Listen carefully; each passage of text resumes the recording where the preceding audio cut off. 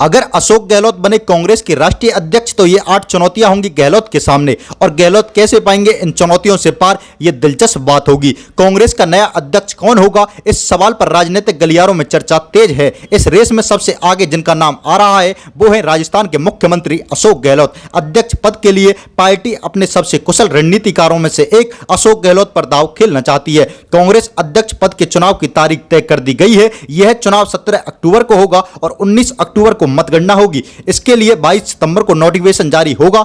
चुनाव के लिए नामांकन 24 सितंबर से 30 सितंबर तक सुबह 11 बजे से 3 बजे तक होंगे। सभी प्रदेश कार्यालयों में 17 अक्टूबर को सुबह 10 बजे से शाम 4 बजे तक वोटिंग होगी और 19 अक्टूबर को काउंटिंग के बाद नतीजे सामने आएंगे। ऐसा माना जा रहा है सोनिया गांधी चाहती हैं कि राजस्थान के सीएम अशोक गहलोत ही इस पद की जिम्मेदारी को संभालें। हालांकि इस रेस में प्रियंका गांधी वाड्रा का नाम भी सामने आ रहा है, लेकिन उन्होंने कई मौकों पर इस पद को संभालने से इंकार कर दिया था। राहुल गांधी भी अध्यक्ष बनने में दिलचस्पी नहीं दिखा रहे, लेकिन कांग्रेस का अध्यक्ष कोई भी बने, नए अध्यक्ष के सामने देश की सबसे पुरानी पार्टी में फिर से नई जान फूंकने का काम आसान नहीं होगा, क्योंकि यूपी सहित कई राज्यों में पार्टी का संगठन कमजोर हो चुका है। अशोक गहलोत के सामने क्या होंगी चुनौतियां? अगर राजस्थान के सीएम अशोक गहलोत अध्यक्ष पद की जिम्मेदारी संभालते हैं तो वरिष्ठ कांग्रेसी नेताओं को साथ लेकर चलना बड़ी चुनौती होगी। लोकसभा चुनाव से पहले सभी विपक्षी दलों को एकजुट करना बड़ी चुनौती होगी। संगठन कमजोर हो चुका है, आम कार्यकर्ता निराश है। नीचे तक संगठन खड़ा करना और कार्यकर्ताओं में जोश जगाना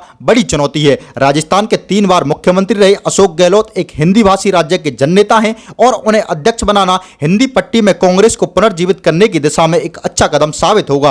अगर वह कांग्रेस पार्टी के अध्यक्ष बनते हैं तो उनकी सबसे बड़ी और पहली चुनौती यही होगी। कांग्रेस एक ऐसी पार्टी है जिसने देश के करीब 6 दशकों तक शासन किया है। कभी कश्मीर से लेकर कन्याकुमारी और गुवाहाटी से लेकर गांधीनगर तक चुनाव जीतने वाली इस पार्टी की हालत फिलहाल यह है। अगर कांग्रेस सभी राज्यों में अपने प्रदर्शन को नहीं सुधारती तो आने वाले चुनावों के बाद पार्टी को और भी बड़ी चुनौतियों से जूझना पड़ेगा। पार्टी के अंदर ही असंतुष्ट नेताओं के समूह G23 को साधना भी अशोक गहलोत के लिए एक बड़ी चुनौती होगी। ये नेता इस समय हमेशा से ही सक्रिय नेतृत्व और व्यापक संगठनात्मक बदलाव की मांग करते रहे हैं। इसी ग्रुप में शामिल कांग्रेस के वरिष्ठ नेता और महाराष्ट्र के पूर्व मुख्यमंत्री पृथ्वीराज चौहान का कहना है, अगर कांग्रेस में कठपुतली अध्यक्ष बना तो पार्टी बच नहीं पाएगी। अब आप अंदाजा लगा सकते हैं कि उनका इशारा किस ओर है। अशोक गहलोत एक ओबीसी नेता हैं, माली समुदाय से आते हैं, जो उत्तर भारत, मध्य और पश्चिमी भारत के कुछ हिस्सों में बड़ी संख्या में मौजूद है। वहीं बीजेपी ने हाल ही में राष्ट्रपति चुनाव से लेकर राज्यों के चुनाव तक अपनी जो बैकवर्ड पार्टी की इमेज बना ली है,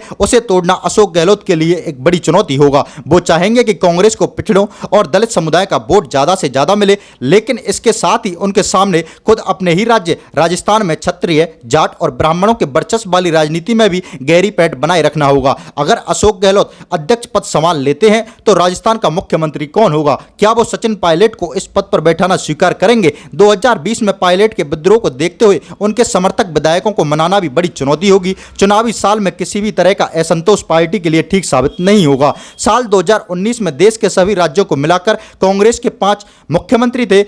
साल 2022 तक यहां केवल 3 मुख्यमंत्री बचे हैं। मतलब साफ है कि कांग्रेस का ग्राफ गिर रहा है। दूसरी ओर पंजाब के बाद गुजरात और हिमाचल में भी आम आदमी पार्टी उसकी जगह लेने के लिए पूरी तरह तैयार है।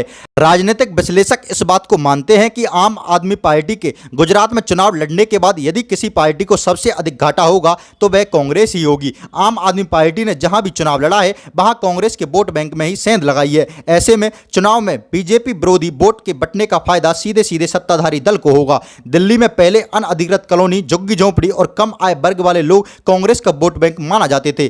केजरीवाल ने मुफ्त बिजली, पानी, मोहल्ला क्लिनिक के दम पर कांग्रेस से उसका दिल्ली का किला छीन लिया। इसके बाद आम आदमी पार्टी कांग्रेस को पंजाब से भी सत्ता से बेदखल कर चुकी है।